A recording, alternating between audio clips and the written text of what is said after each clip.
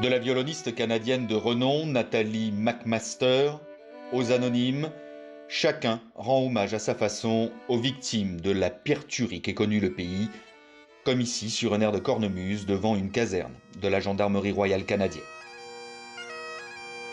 Je suis sorti ici aujourd'hui pour payer mes respects à tous ceux qui ont perdu leur vie dû à l'incident qui s'est produit il y a une couple de jours.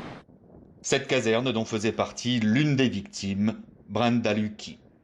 Depuis dimanche, le bilan s'est encore alourdi, il fait désormais état de 22 morts, après la découverte de 4 nouveaux corps dans les décombres d'un bâtiment incendié. En un peu plus de 12 heures, le meurtrier a parcouru une centaine de kilomètres dans la province de la Nouvelle-Écosse, laissant derrière lui 16 scènes de crime, incendiant au passage 5 maisons dans 5 municipalités. De quoi rendre la tâche des enquêteurs particulièrement complexe. L'armée a dû être appelée en renfort pour sécuriser l'ensemble des sites. J'en suis certain, il y a des membres de l'identité judiciaire qui prennent un paquet de photos, qui ramassent toutes les preuves. Il y a des prélèvements qui sont pris pour analyse en laboratoire.